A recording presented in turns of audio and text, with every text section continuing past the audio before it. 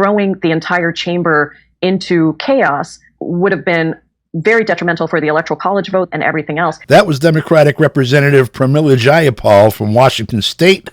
She's the chair of the Congressional Progressive Caucus, and she was responding to a question in an interview about her vote for Nancy Pelosi for Speaker of the House 2 years ago with Ryan Grimm of The Intercept. Now, there were some pundits and left-wing media personalities ahead of this vote who were urging the CPC to use the vote for Speaker as leverage to extract a floor vote on Medicare for All. Why didn't the CPC end up taking that particular route? Well, I'm sympathetic, obviously, as the lead sponsor of the bill, to people who are frustrated that we have not moved to a single-payer system yet. But the reality is that this is a very slim margin. The vote for Speaker was between Kevin McCarthy and Nancy Pelosi. 2 years later, after making a deal for the support of the 102 members then of the Congressional Progressive Caucus for their votes for Pelosi as Speaker, the bill was never introduced, and there has not been any talk of Medicare for All.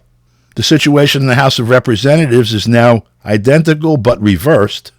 A small margin here, however, is holding up the vote for Representative Kevin McCarthy as they negotiate for things that matter to their caucus.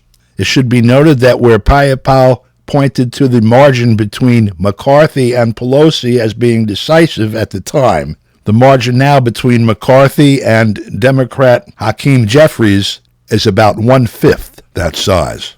For more on that, we go to the Saturday Free School in Philadelphia to speak with Professor Tony Monteiro about how to exercise power at the margins. So, Professor Monteiro, we're watching the angling going around in the House of Representatives in the process of picking a new speaker. We have all the pundits, of course, that are acting like it's some kind of tragedy that a speaker wasn't elected.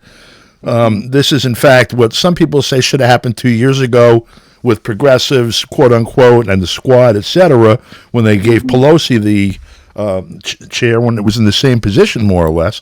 And talk about what's actually happening in the real world.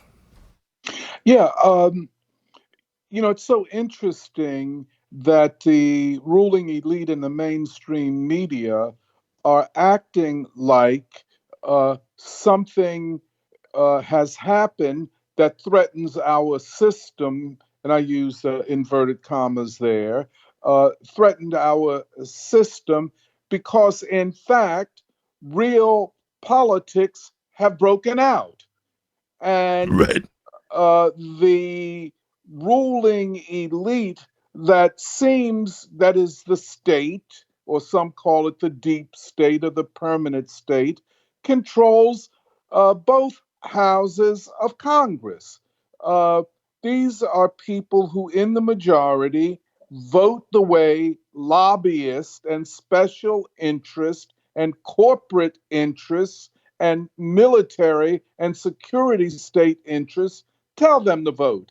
And suddenly you get a group of 20 Republicans, I think it's still 20, who are saying that no, there are other interests and other questions that have to be resolved before we go forward. In other words, the big question on the House floor is how the House will be organized and how business will be done.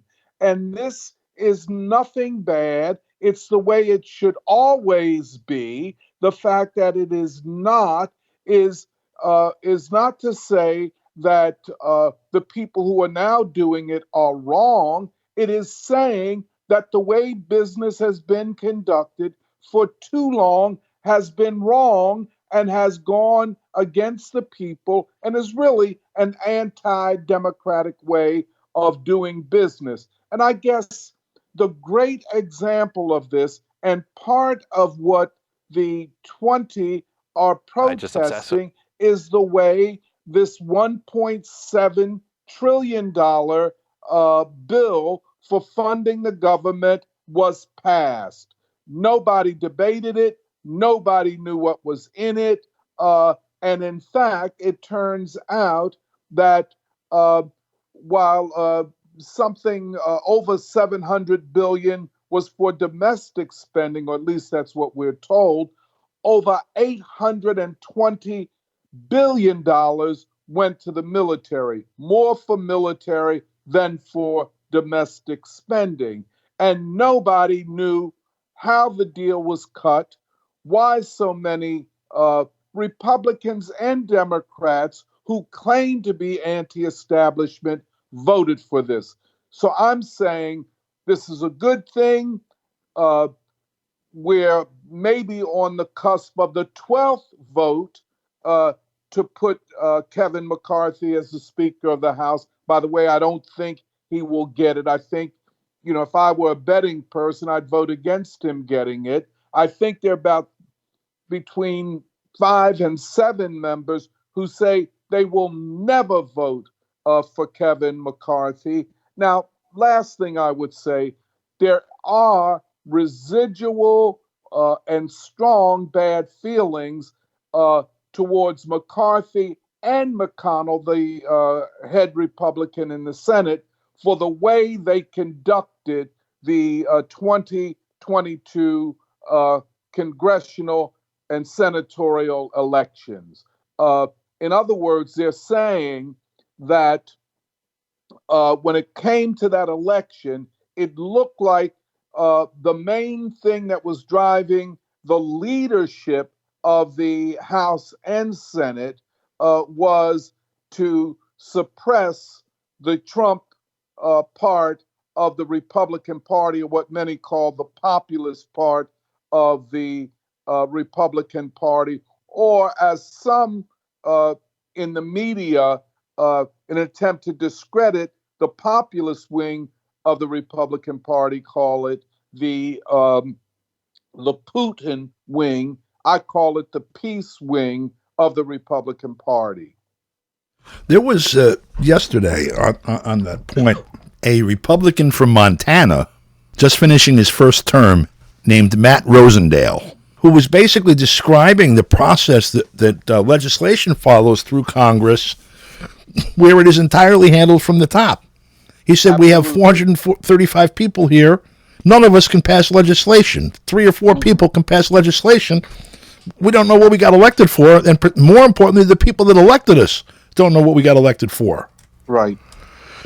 And see, these 20, and there are probably more, are saying that the way the House of Representatives has been working is against the people, is anti-democratic, as you say, authoritarian from the top down. I'm seeing this as very good.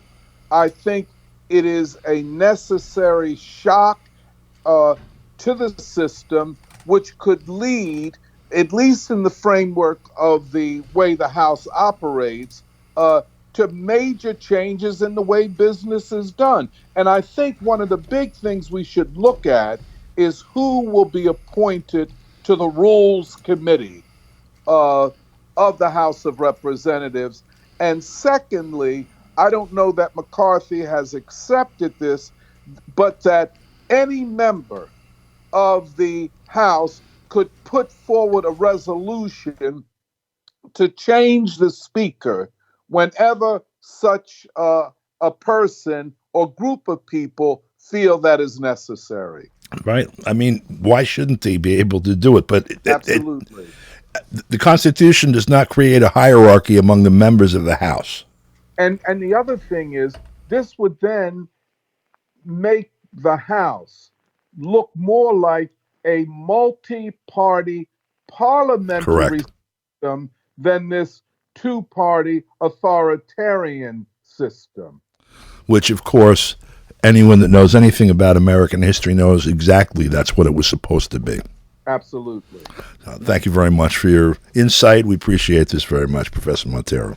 Thank you, Don. I appreciate it, man. For KPFK, I'm Don DeBar.